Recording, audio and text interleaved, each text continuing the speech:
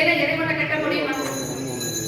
நீங்க நினைச்சு பாருங்க, பூசலாருடைய கதையை நீங்க எல்லாம் கேள்விப்பட்டிருப்பீங்க. நாயன்மார், பூசலார் அப்படிங்கிற நாயன்மார் என்ன பண்றாருன்னா, அவருக்கு கோவில் கட்ட வேண்டும் என்ற ஆசை இருந்தது.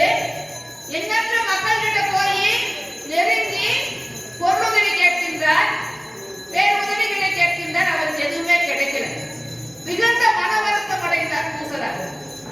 அதே ஊர்ல என்ன பண்ணினாரு, மிகப்பெரிய ராஜா ஒருத்தர் இருந்தாரு. அவர் என்ன பண்ணினாருன்னா, பெரிய கோயில், தன்னுடைய பொருளாதாரத்தை வச்சு மிகப்பெரிய கோயில் ஒன்று இறைவனுக்கு அமைத்தார். ஆனா பூசலார்னால செலவு பண்ணி கோயில் கட்ட முடியல. மிகுந்த மனவருத்தம் அடைந்த பூசலார் என்ன பண்ணார்னா, தன்னுடைய மனதுக்குள்ளே இறைவனுக்கு கோவில் கட்ட தொடங்கினார். அப்ப அஸ்திவாரம் போட்டாரு, சுவர்களை எழுப்பினார், கருவறையை அமைத்தார், கோபுரங்களை அமைத்தார், கும்பாபிஷேகத்திற்கு நாள் குறித்தார். ராஜா என்ன பண்ணினாரு, இதே மாதிரி அஸ்திவாரம் எடுத்தார், சுவர்களை எழுப்பினார், கோபுரங்களை எழுப்பினார், அவரும் கும்பாபிஷேகத்திற்கு நாள் குறித்தார். அப்போ ரெண்டு பேருடைய நாள் ஒரே நேரத்துல வந்தது. இறைவன் பார்த்தார். ராஜாவுடைய கனவுல போய் சொன்னாரு, பூசலார் அப்படிங்கிற என்னுடைய அடியவன் என்ன பண்ணா, எனக்கு ஒரு கோவில் எழுப்பி கும்பாபிஷேகத்திற்கு நாள் குறிச்சிருக்கான். அதே நாள்ல தான் நீயும் குறிச்சிருக்கிற, உன்னுடைய தேதியை மாத்தி வைன்னு சொல்லி சொன்னார். அந்த ராஜாவுக்கு ஒரே ஆச்சரியம்.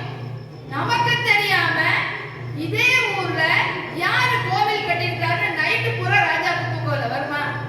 இவ்வளவு கஷ்டப்பட்டு ஒரு கோயிலை கட்டி கும்பாபிஷேகத்துக்கு நாள் குறிச்சு அன்னைக்கு கூட்டிட்டு வந்து இறைவனை உட்கார வைக்கலான்னு மனசுக்குள்ள அவர் நினைக்கும் பொழுது, இப்படி வந்து ஏற்கனவே ஒருத்தன் கோயில் கட்டிட்டான், இந்த கோயிலுக்கு நீ கட்டியிருக்கிற கோயிலுக்கு வர முடியாதுன்னு சொல்லி சொன்னா எவ்வளவு பெரிய அவமானம் ராஜாவுக்கு.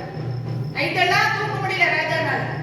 காலையில் எழுந்திரிச்சு முத வேலையா எங்க கோவில் கட்டியிருக்காங்கன்னு சொல்லி ஆலையெல்லாம் விட்டு தேடி சொல்றார். இவர் ஒரு வாரத்தை தேடிட்டு போறாரு.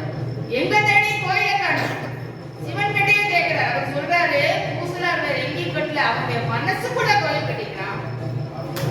அப்போ அக வழிபாட்டை விட உயர்ந்தது மனசுக்குள்ள நாம செய்யற வழிபாடு.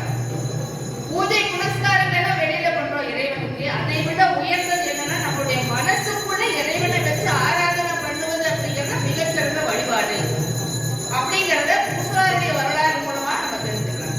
அப்ப வெளியில எல்லாம் கட்டுறது கோயில் இல்ல, செலவு பண்ணி கட்டுறது கோயில் இல்ல, இறைவன்